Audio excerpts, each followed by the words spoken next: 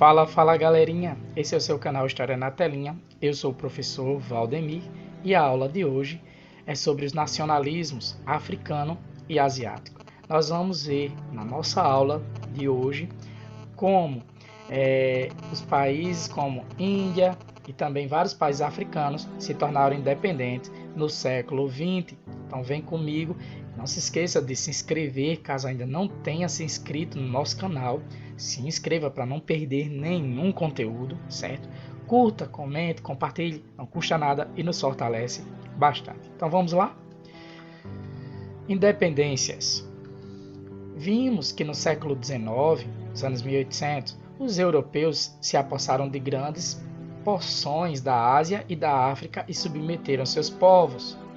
E aqui você tem um mapa que mostra esses domínios europeus, tanto no continente africano quanto no continente asiático, tá certo?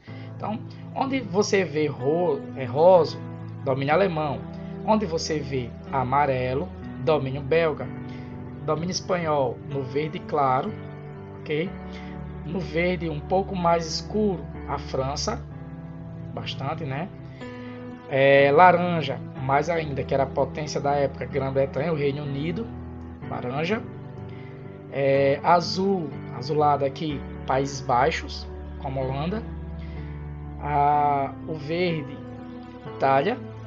Domínio japonês, vermelho. Domínio português, os ocres, né? Como Angola, Goa, Dio. E um azul mais escuro, Estados europeus, né? Estados Unidos, desculpa. As Filipinas, Estados Unidos. A dominação europeia nesses continentes se caracterizou pela violência e, por vezes, pela irracionalidade, ou seja, faziam coisas que pareciam impensáveis aos seres humanos. Foram comuns práticas como confisco de terra, ou seja, tomada de terra de quem tinha nascido nesses lugares, o uso do trabalho forçado, quase escravo, a cobrança de impostos abusivos e até racismo, que oprimia os africanos e os asiáticos em sua própria terra. Esses fatores ajudam a explicar a resistência africana e asiática à dominação europeia. Nos 30 anos que se seguiram ao final da Segunda Guerra Mundial, em 1945, a imensa maioria dos povos daqueles continentes conquistou sua independência. Vejamos como isso aconteceu.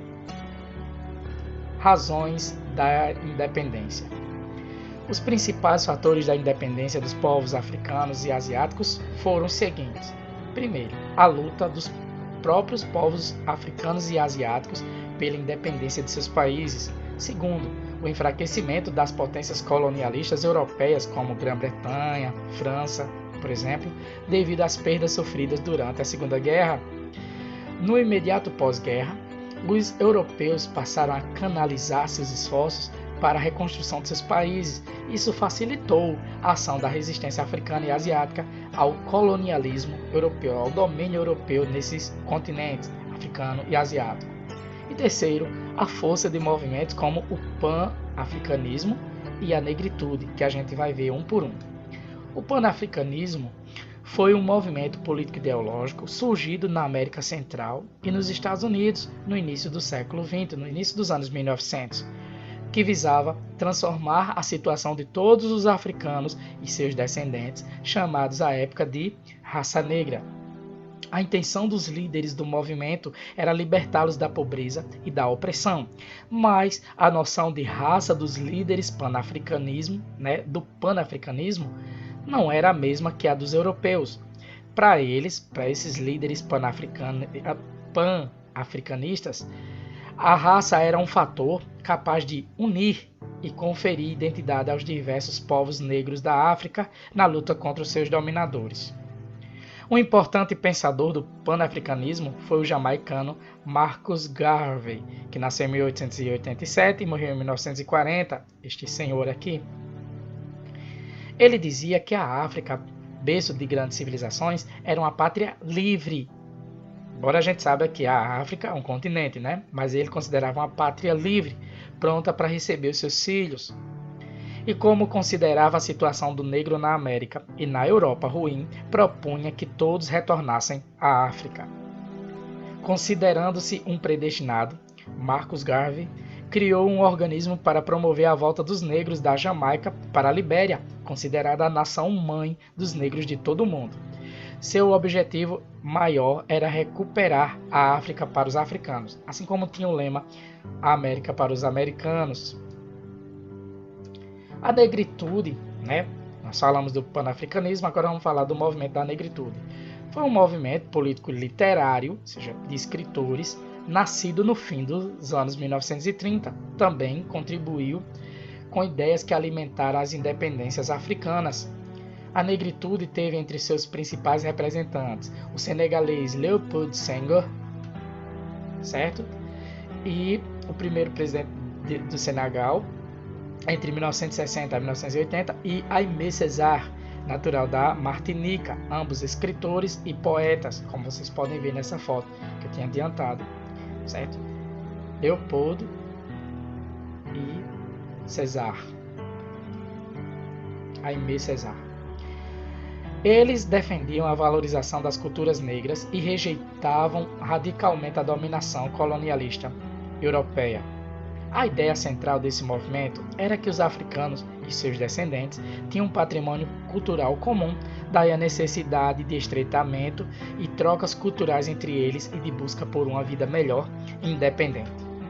A revista Présence Africaine, fundada em Paris em 1947 pelo filósofo senegalês Alioune Diop, teve um papel importante na difusão da história africana, da negritude e do panafricanismo na Europa. As lutas pela independência da África e da Ásia também contaram com a solidariedade dos países recém-libertos. Na Conferência de Bandung, realizada na cidade de Bandung, na Indonésia, em 1955, 29 países independentes se autodenominaram Terceiro Mundo, que hoje seriam os países em desenvolvimento. Declararam-se não alinhados, ou seja, neutros, na Guerra Fria entre Estados Unidos e União Soviética e prometeram apoiar as independências na África e na Ásia. E aqui você tem uma foto dessa conferência de Bandung em 1955. E aqui nós temos os 3 líderes dos países participantes da Conferência de Bandung, né? Jawaharlal Nehru, primeiro-ministro da Índia, foto de 55. Josip Broz Tito, presidente da Iugoslávia na Europa, e Gamal Abdel Nasser, presidente do Egito, que fica no continente africano.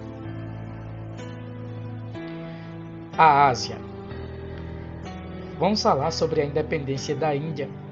No século XIX, ou seja, nos anos 1800, a Índia era conhecida como a joia mais preciosa da coroa britânica. Ou seja, de todos os domínios britânicos da época, a Índia era a mais bem vista pela coroa britânica.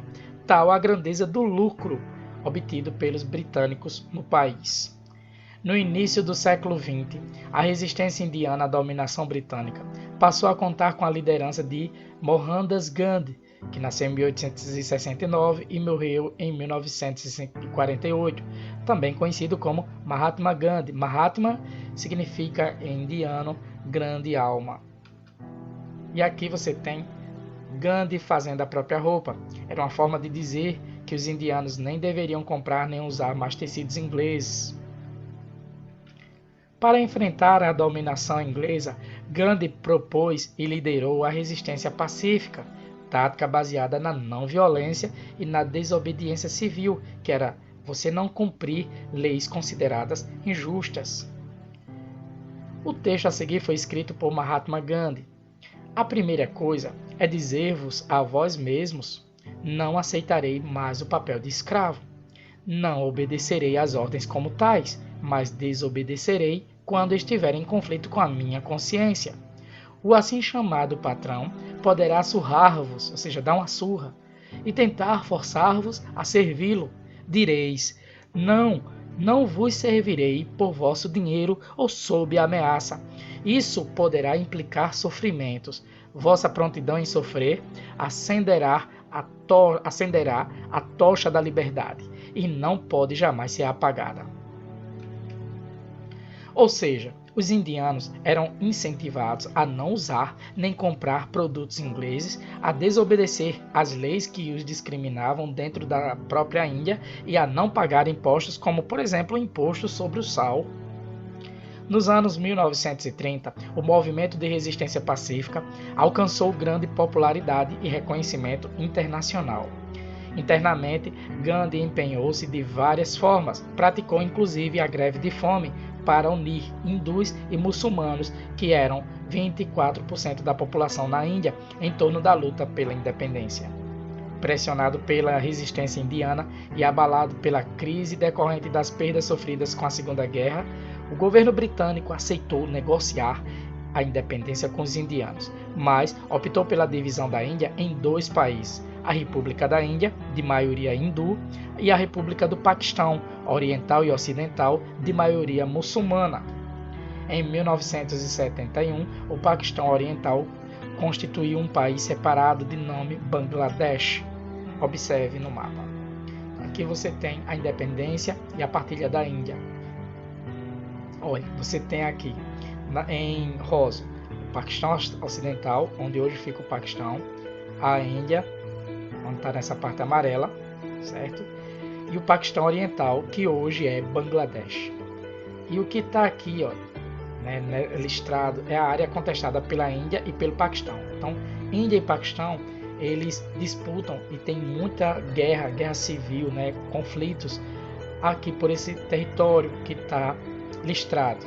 É principalmente a região da Caxemira. Então, as independências da Índia e do Paquistão foi em 1947. O Sri Lanka, que era o Ceilão na época, foi em 1948. E em 1971, Bangladesh tornou-se independente. A África. Agora nós vamos falar das independências em países africanos. Em 1945, o número de países africanos independentes era muito reduzido. Nos 30 anos seguintes, até os anos 1980, a maior parte da África tinha conquistado sua independência.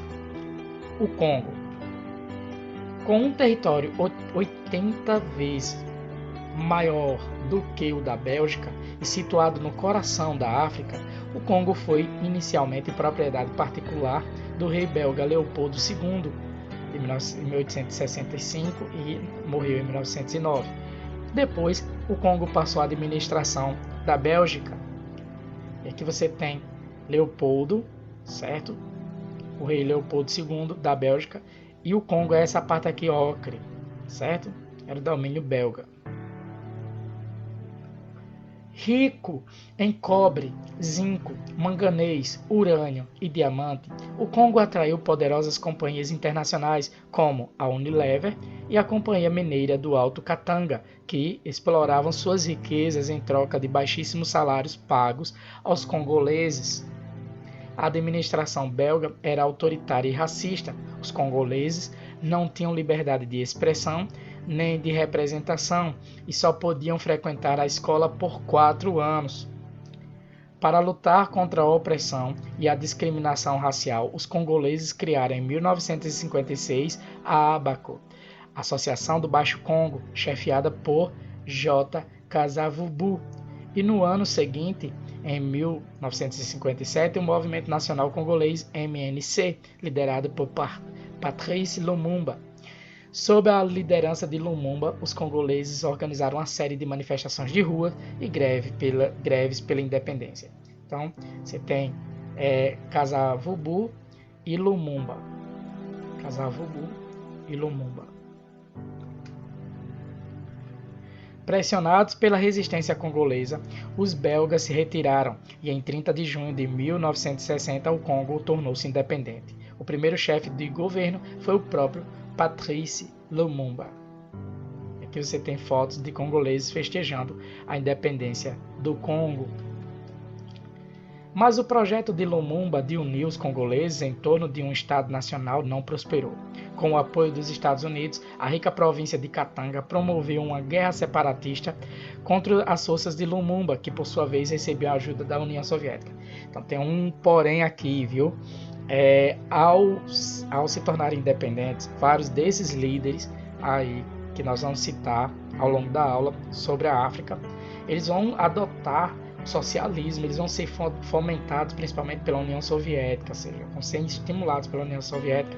Muitos deles tinham essa mentalidade socialista, essa mentalidade comunista, e impuseram esses regimes, né? Regimes que só trazem autoritarismo e também atraso, né, socioeconômico aos países onde se instalam. Mas vamos dar prosseguimento. A Guerra Civil terminou com a vitória do coronel Joseph Désiré Mobutu, aliado dos norte-americanos, que assumiu o poder em 61.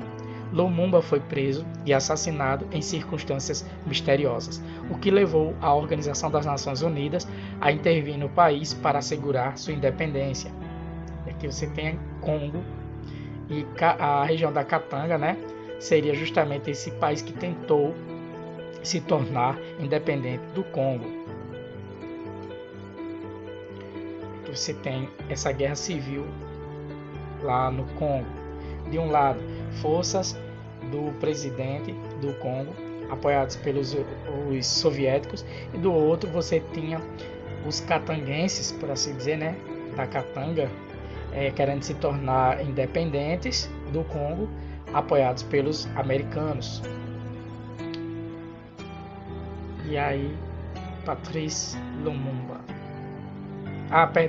Esse é Joseph Désiré Mobutu.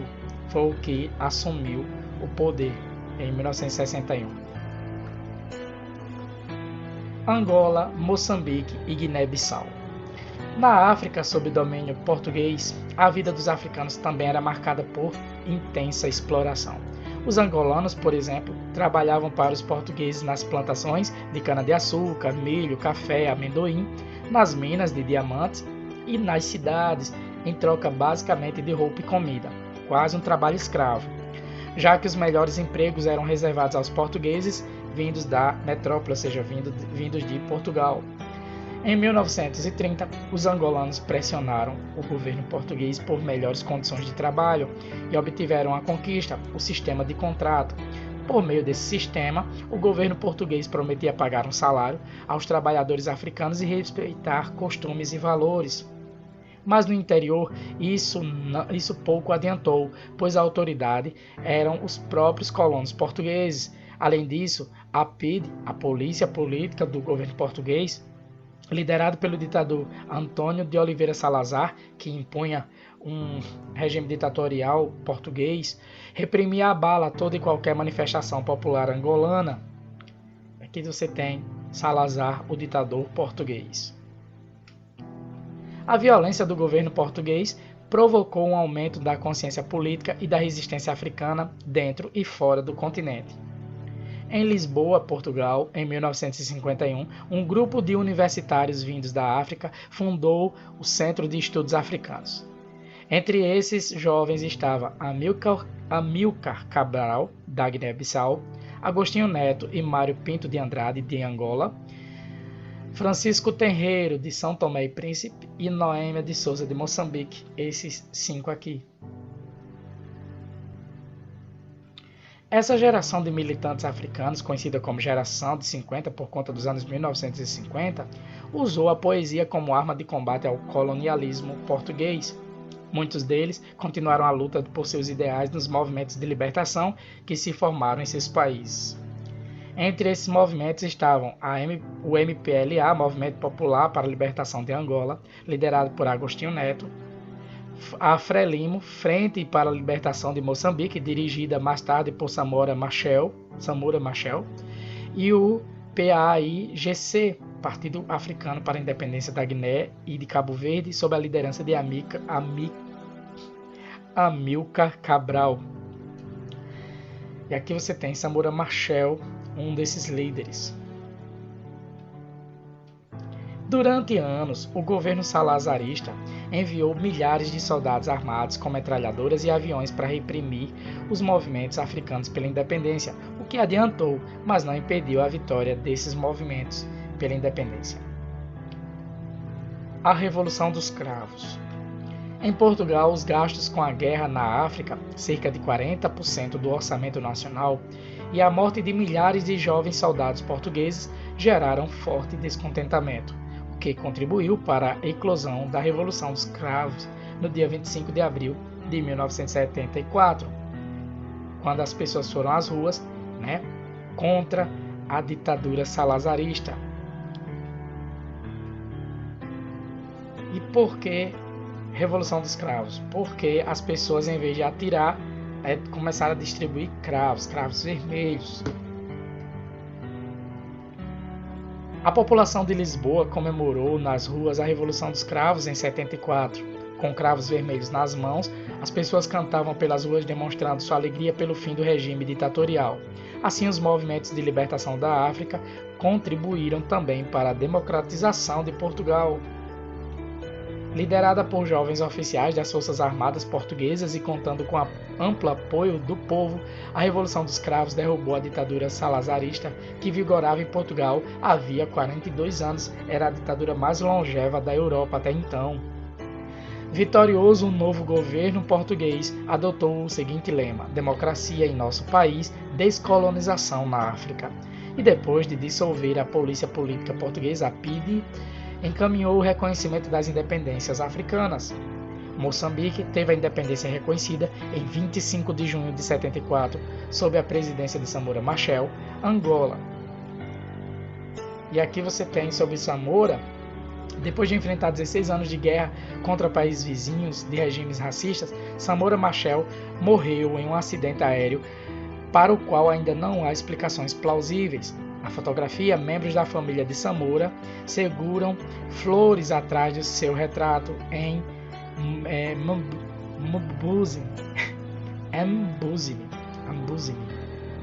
Mbuzini.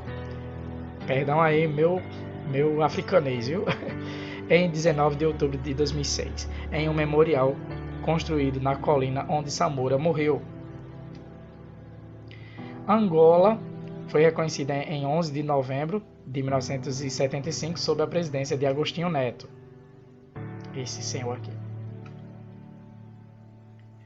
A luta contra o apartheid na África do Sul. Apartheid quer dizer separação em inglês, em africanês.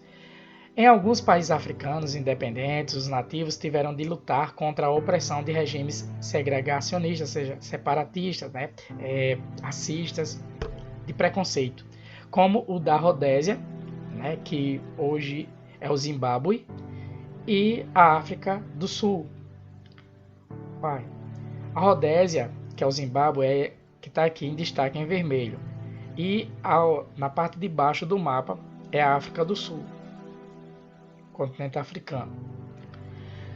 No começo do século XX, a África do Sul, país rico em recursos minerais, era habitada por povos negros como os bosquímanos, os Xhosas, os Zulus e por descendentes de holandeses e ingleses, que eram apenas cerca de 15% da população. Essa minoria de descendentes holandeses e ingleses impôs à maioria negra uma série de leis segregacionistas a partir de 1911. Diante disso, os negros liderados por Pixley K, que era um líder político Zulu, Pixley K, esse moço aqui à esquerda, fundaram no ano seguinte, em 1912, um partido político para lutar por seus direitos, o Congresso Nacional Africano, CNA, que vocês podem ver aqui nessa bandeira à direita, Congresso Nacional Africano. Está em inglês, por isso que está invertido. Em 1948, a minoria branca decidiu oficializar o apartheid, que era o regime segregacionista que obrigava os negros a morar em lugares separados dos brancos, a frequentar escolas, praias e banheiros só para negros e a andar constantemente com um passe de acordo com a polícia, de modo que a polícia pudesse controlar seu deslocamento. Eram proibidos também de possuírem terras em 87% do território nacional, apesar de serem muito mais numerosos do que os brancos. Olha aí, na foto à esquerda, você tem 2 elevadores. Um para as pessoas brancas à esquerda e outros para não brancos, ou seja, para negros, né, à direita. Nessa foto à direita você tem 2 mulheres brancas sentadas em bancos separados de um homem e de uma mulher negros, né? E você veja que a cara de repulsa, né, a reação de repulsa das mulheres, a reação aparente de repulsa. Reagindo a essa situação, o Congresso Nacional Africano promoveu várias manifestações contra o governo racista de seu país. Numa delas, em 1964, o governo prendeu 8 líderes do CNA, entre eles Nelson Mandela, que foi condenado à prisão perpétua. Nas décadas seguintes, as lutas pelo fim do racismo se intensificaram. Em junho de 1976, milhares de estudantes negros foram às ruas de Joanesburgo, capital sul-africana, a maior cidade do país, em protesto contra a imposição da língua africana nas escolas. O africano seria uma mistura do inglês, né, com a língua nativa. Então ela seria imposta nas escolas. A polícia atirou contra as crianças e os jovens que marchavam vestidos com seus uniformes escolares. 170 crianças foram mortas no episódio que ficou conhecido como Massacre de Soweto, no bairro de Joanesburgo. Você tem na foto à esquerda os jovens em protesto e à direita um jovem carregando outro jovem baleado, muito provavelmente ferido de morte. O fato chocou a opinião pública mundial. Alguns países passaram a boicotar economicamente a África do Sul e a ONU determinou a proibição da venda de armas ao país. Sob forte pressão interna e externa, o governo sul-africano anulou as leis do apartheid em 1990. Nelson Mandela foi libertado da prisão, o CNA recuperou a legalidade e os negros passaram a ter os mesmos direitos civis e políticos dos brancos. Em 1994, ocorreram as primeiras eleições com a participação dos negros na África do Sul. Mandela foi eleito presidente da República e, com o apoio da minoria no parlamento, conseguiu mais uma conquista. Aprovou a Lei dos Direitos sobre a Terra, que restituiu às famílias negras as terras que lhes tinham sido usurpadas havia décadas. E aqui você tem, né, os movimentos na década de 70 contra o apartheid, e à direita você tem a foto de Mandela na época. Aqui você tem Nelson Mandela sendo libertado e ele recebendo em 1993 o Prêmio Nobel da Paz. E aqui Nelson Mandela sendo empossado presidente da África do Sul. E para fechar as independências do continente africano, você tem aqui esse mapa que vai mostrar, né, que países ficaram independentes em quais épocas. Até 1945, apenas o Egito, a Etiópia e a Libéria eram independentes. A partir da década de 1950, você vai ter alguns como Marrocos, Líbia, Sudão, Gana e Guiné ficando independentes. Na década de 60 foram muito mais países: Argélia, Mauritânia, Senegal, Mali, Burkina Faso, Costa do Marfim, Serra Leoa, Togo, Benin, Nigéria, Níger, Chad, Camarões, Guiné Equatorial, São Tomé e Príncipe. São Tomé e Príncipe é na década de 70, perdão. Gabão, Congo, República Centro-Africana, República Democrática do Congo, Ruanda, Burundi, Tanzânia, Quênia, Somália, Uganda, Madagascar, Zâmbia, Botsuana e África do Sul.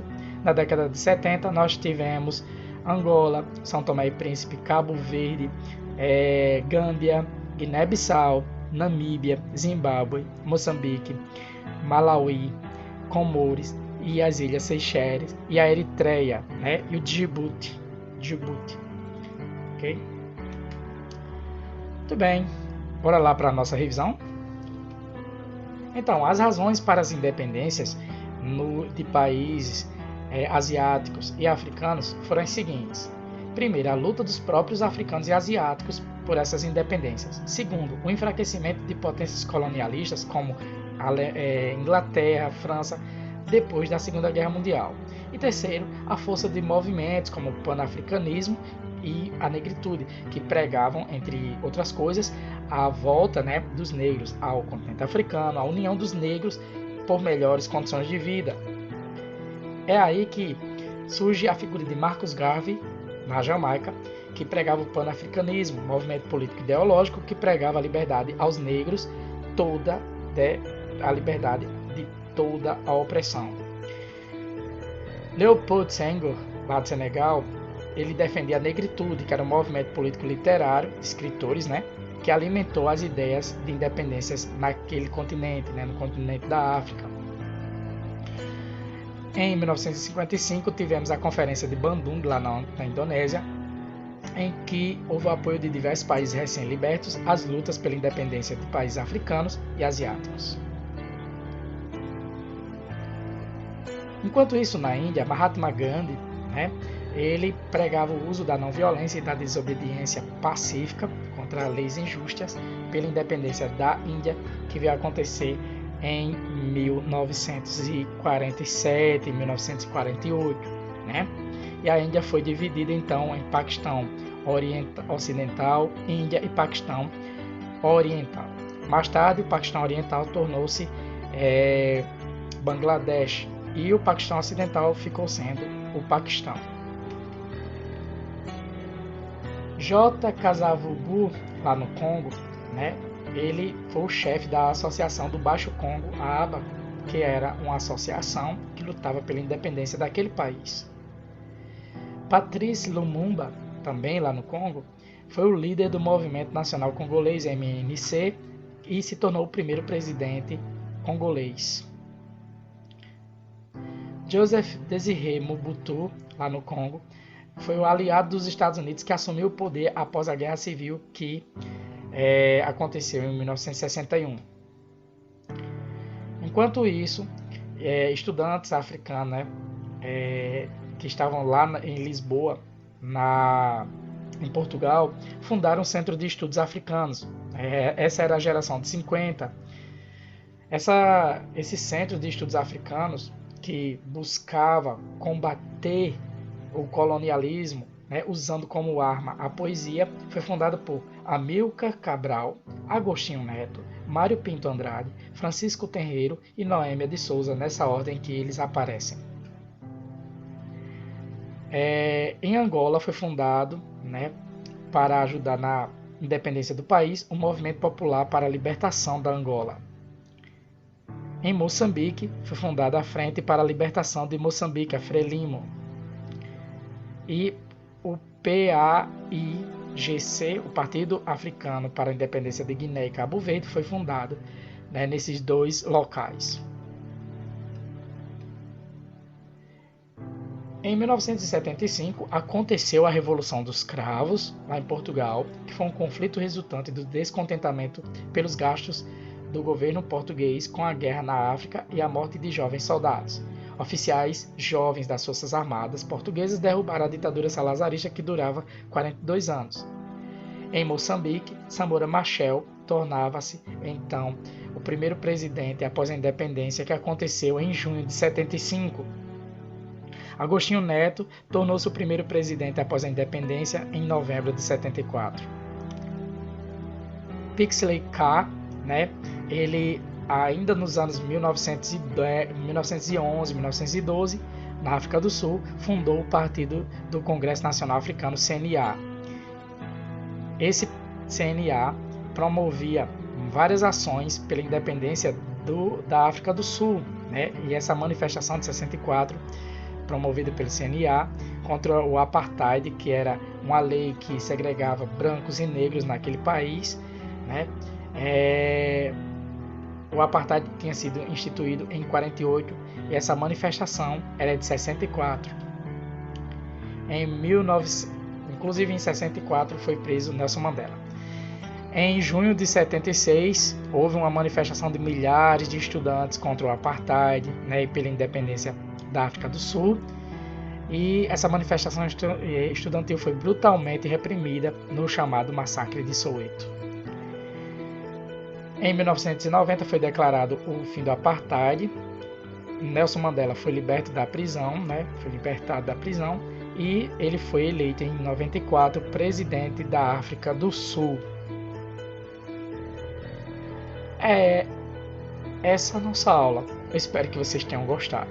E já sabem, se gostaram, curtam, comentem, compartilhem, se inscrevam no canal para não perder nenhum conteúdo, certo? Fortaleçam. Não se esqueçam que estudar é preciso. Compartilhem o conhecimento, pois é importante. Fiquem com Deus. Um forte abraço e tchau, tchau.